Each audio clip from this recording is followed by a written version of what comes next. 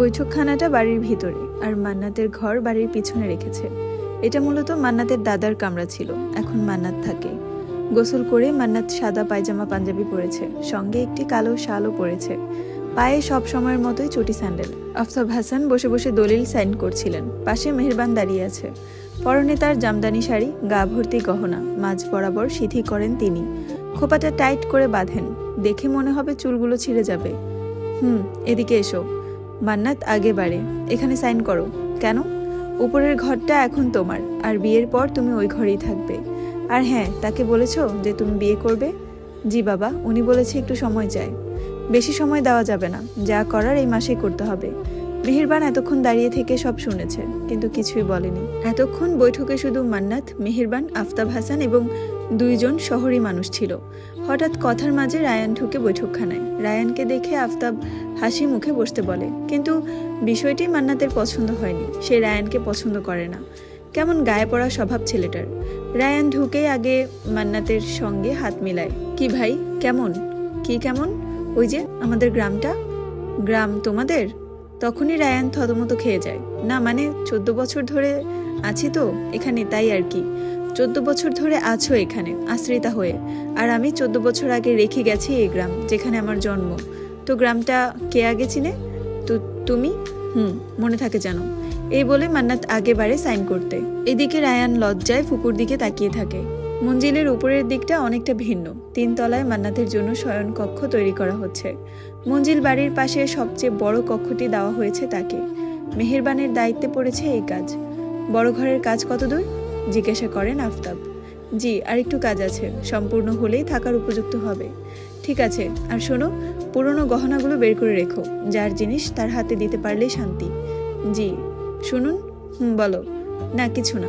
আফতাব কামরা থেকে বের হতেই ঘরে ঢুকেন আঞ্জুমান আর মালিক, মেহেরবানের ভাই, ভাইবো। বুবু, এইগুলান কি হইতাছে? আমার মাইয়াডার কি হইব? বললেন মালিক মিয়া। তখন পাশে দাঁড়ানো আঞ্জুমান বলে ওঠে, আফা, আমরা কিন্তু এই বাড়িতে আইতাম চাই নাই। আপনি আমগরে লই আইছেন, বাড়িঘর সব ফালাইয়া এই বাড়িতে পইরা আসি কেন? কারণ আপনি আমগো একটা কথা দিছেন। তোর বউকে চুপ করতে বল মালিক। বুবু, কিস্তা মনে করো না। কি করতাম কও? দুলাভাই কি কইয়া গেল? এটা কে কি বললো এটা তোদের দেখতে হবে না, আমি কি বলি সেটা দেখ। গুলবাহার উঠোনে কুমড়ার বড়ি দিচ্ছে, গোলাপজান গাছে পানি দিচ্ছে কূপ থেকে এনে এনে। সকাল সকাল বাবা বোরহানুদ্দিন গোলাপ বাগানের পরিচর্যা করতে গেছে। আম্মা? আব্বা সবসময় কেমন যেন চুপচাপ হয়ে থাকে ইদানিং। কি হয়েছে আব্বার? শীতের সময় কাজের চাপ থাকে, তো তাই হয়তো একটু নীরব থাকে। আচ্ছা গোলাপ। জি আম্মা। তোর বাপের এই ব্যাপারটা আমিও খেয়াল করলাম, কিছুদিন হয় উনি তেমন কথা বলে না আমার সঙ্গে। এই বলে গুলবাহারও একটু চিন্তা করছে তার স্বামীকে নিয়ে। আম্মা, তুমি চিন্তা করো না, আমি আব্বার সাথে কথা বলবো না। এই বলে গোলাপজান কূপের সামনে ঝুঁকে বালতি দিয়ে পানি তুলতে, আর তখন এক পিচ্চি একটি প্রজাপতি ধরে নিয়ে আসে গোলাপজানকে দেখাতে। গোলাপ বুবু, দেখো আমি কত সুন্দর একটা প্রজাপতি ধরছি। গোলাপজান পিছন ফিরে বলে, খুব সুন্দর। তোমার কাছে কিছুই নাই দুর্বল প্রজাপতি। গোলাপজান পিছনে তাকিয়ে দেখে মান্নাত দাঁড়িয়ে আছে। আপনি এত সকালে আমাদের বাড়ি? কেন, তোমাদের বাড়ি আসা কি নিষেধ নাকি? না, আমি সেটা বলিনি। আব্বা তো বাড়িতে নেই। কোথায় গেছে? গঞ্জে গেছে। হঠাৎ গোলাপজানের নজর পড়ে মান্নাতের পায়ের দিকে। মান্নাত এক পা করে এগোচ্ছে, আর গোলাপজান এক পা করে পিছনে যাচ্ছে। ভয়ে তার হাত পা কাঁপছে। পিচ্চিটা হঠাৎই দৌড় দিয়ে বাড়িতে ঢুকলো। কাকিয়াম্মা, ও কাকিয়াম্মা, কই তুমি? লাঠি লও জলদি, গোলাপ বুবুরে মাইরা ফালাইব। গুলবাহার এই কথা শুনে দৌড়ে গিয়ে উঠান থেকে একটি মোটা লাকড়ি তুলে নেয়। রান্নার জন্য শুকাতে দিয়েছিল কিছু লাকড়ি, সেখান থেকেই একটা মোটা দেখে হাতে নিয়েছে। আর এই দিকে গোলাপজান ভয়ে জায়গায় স্থির হয়ে আছে, যেন বরফের ন্যায় জমে গেছে। মান্নাত আগে বাড়ার গোলাপের ভীষণ অস্থির লাগছে। এইদিকে যেই না মান্নাত গোলাপজানের কোমরের দিকে হাত বাড়ায়, ঠিক ওই মুহূর্তে গুলবাহার কাঁচা লাকড়ি দিয়ে মান্নাতের পিঠে বাড়ি দেন। মান্নাত রাগে কটমট করে পিছনে তাকায়, আর গুলবাহারের দিকে অগ্নিদৃষ্টিতে দেখে। গুলবাহার তো একটা বাড়ি দিয়েই থতমত খেয়ে গেছেন, এটা সে কি করলো? গুলবাহার মান্নাতের হাতের দিকে তাকায়, দেখে মান্নাতের হাতে একটি জীবন্ত সাপ ঝুলছে। গোলাপজান ভয়ে গিয়ে মায়ের পিছনে লুকায়। ভয়ে ভয়ে মান্নাতের দিকে তাকাচ্ছে একটু পরপর। গুলবাহার রাগে ওই পিচ্চির দিকে তাকায়। পিচ্চি বলে, আরে জেডি, তুমি তো কথা শুনলাই না, দৌড় দিলা। আমি তো কইতেই পারলাম না যে গোলাপ বুবুর পিছনে সাপ আইছে, বুবুরে মাইরা ফালাইব। মান্নাত কিছু বলতে যাবে, তখনই নজরে পড়ে মায়ের পিছনে লুকিয়ে থাকা একজোড়া মায়া ভরা চোখের দিকে। কি তার দৃষ্টি, যেন 7 খুন মাফ। এই চোখ আমাকে ঘায়েল করে, তাই চাইলেও আমার ক্ষমতা নেই তাকে উপেক্ষা করার। মনে মনে এই কথা বলে চলে যায় মান্নাত। তখন মূলত গোলাপজানের পিছনের কূপের দেয়ালের উপর একটি সাপ ছিল।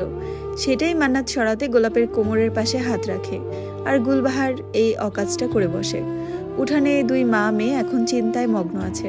আল্লাহ জানেন এই অপরাধে এখন তাদের কি শাস্তি পেতে হয়। কি গো গোলাপের মা, বাড়িতে আসো? গুলবাহার বাড়ির উঠোনের মাথার টিনের দরজার দিকে তাকায়। এই টিনের দরজাটি মূলত বাড়ির বাউন্ডারি দেওয়ার সময় লাগানো হয়েছিল, আজ থেকে 13 বছর আগে। কারণ গোলাপজান যখন হাঁটা শিখে 1 পা 2 পা করে, তখন ছোট্ট গোলাপ বাড়ির সীমানার বাইরে চলে যেত। তাই বোরহানউদ্দিন পুরো বাড়ি বাঁশ আর টিনের সাহায্যে বাউন্ডারি দিয়েছে। জি চাচি আম্মা, আছি, আসুন। পাখি কি তুমগো বাইতেইছে? না তো। কেন দাদি, পাখি কোথায় গেছে? জানি না গো বোন, সকাল থেকে দেখতাছি না। কি বলেন? প্রান্ত ভাইয়াকে বলুন খুঁজে দেখতে। হ্যাঁ তো আবার শহরে গেছে, কইলো কি কাম জানি আছে। বৃদ্ধ মহিলাটি পাখি আর প্রান্তর দাদি। উনি পাখিকে কোলেপিঠে করে মানুষ করেছে। প্রান্তর যখন 7 বছর, তখন পাখিকে দুনিয়ায় আনতে যেয়ে প্রান্তের মা দুনিয়া ত্যাগ করেন। আর ওদের বাবার শরীরটাও তেমন ভালো থাকে না। আগে ধান টান চাষ করতো নদীর পাড়ে, কিন্তু একদিন ধান কাটতে যেয়ে পায়ের কবজি বরাবর পোষ লাগে ধারানো কাঁচি দিয়ে, তারপর রক কেটে যায়। সেই থেকে পান্না মিয়া শুয়ে বসে দিন কাটায়। হাসান মঞ্জিল সাজানো হচ্ছে নতুন রূপে। প্রতি 4 বছর পর পর এই বাড়ির রং করা হয়। এখন করা হচ্ছে ইট রং। এতদিন ছিল সাদা রং, দরজাগুলো সোনালী রঙের, কিন্তু এইবার মেহেরবান ইট রং আর দরজায় কালো রং করবেন বলে জানায় আফতাবকে। সেও তার বিবির কথা নিষেধ করতে পারেন না। মান্নাত মঞ্জিলের ভেতরে ঢুকে বাবাকে সালাম দিল। আসসালামু আলাইকুম বাবা। আফতাব এতক্ষণ যাবৎ উপরের দিকে তাকিয়ে মিস্ত্রিদের পরামর্শ দিচ্ছিল কিভাবে কি করলে ভালো হবে। আফতাব পিছনে ফিরে উত্তর দেয়, ওয়ালাইকুম আসসালাম। কিছু বলবে? জি। বলো। আমি বিয়ে করতে প্রস্তুত, আপনি আগে বাড়তে পারেন। ঠিক আছে, আমরা কালকে ওদের বাড়ি যাব কথা বলতে। মান্নাত চলে যায় তার ঘরে। সে ঠিক করেছে বিয়ের পর একেবারে উপরের ঘরে থাকতে যাবে। তার আগে সে অন্দরের পিছনের ঘরটাই থাকবে। এদিকে গোলাপজান ভীষণ চিন্তায় আছে, পাখি গেল কোথায়। গতকাল সন্ধ্যায় তাদের শেষ দেখা হয়, কিন্তু আজ শুনতে পায় পাখিকে খুঁজে পাওয়া যাচ্ছে না। আজ গোলাপজান মাদ্রাসায় যায়নি, বাবার নিষেধ ছিল তাই। একটা খালি দোকান, অন্ধকারে ছেয়ে আছে দোকানটি। সেখানে পাখি পড়ে আছে হাত পা বাঁধা অবস্থায়। তাকে কেউ অপহরণ করেছে এটা সে বেশ বুঝতে পারছে, তবে তার চোখটা নিকাবের কাপড় দিয়ে ঢাকা। সকাল 7:30 সে বাড়ি থেকে বের হয় গোলাপজানের বাড়ির উদ্দেশ্যে। যখন শুনতে পেল গোলাপ যাবে না, তখন সে সাথীকে সঙ্গে নিয়ে যায় মাদ্রাসার উদ্দেশ্যে। পরনে 2 জনের গায়েই ছিল কালো বোরকা আর কালো হিজাব নিকাব। তারপর আর মেয়েটার কিছু মনে পড়ছে না। কিছুক্ষণ পর অন্ধকার দোকানের শাটার উঠায় এক ছেলে। ছেলেটির পরনে হাফ হাতা গ্রামীণ চেক শার্ট এবং একটি কালো প্যান্ট, সঙ্গে আরও একজন অজ্ঞাত ব্যক্তি। দোকানে আলো ঢোকার সঙ্গে সঙ্গে জর্জেটের নিকাব দিয়ে পাখি দেখতে পায় পুরো দোকান জুড়ে শুধু চালের বস্তা। এটি একটি গুদাম ঘর। ছেলেটি সামনে এসে পাখির নিকাব টানতেই পাখি চিৎকার দেওয়ার চেষ্টা করে, কিন্তু ছেলেটি মুখ চেপে ধরে। পাশের লোকটি রাগে গর্জে উঠে সামনের ছেলেটাকে এক লাথি মেরে বসে। ওই জারজের বাচ্চা, এটা কি আনছস তুই? তোরে কইছি বোরহানের সেরিডারে আনবি, তুই এটা কারে ধরে আনছস? কুত্তার সওয়াল। সন্ধ্যা নেমে এলো।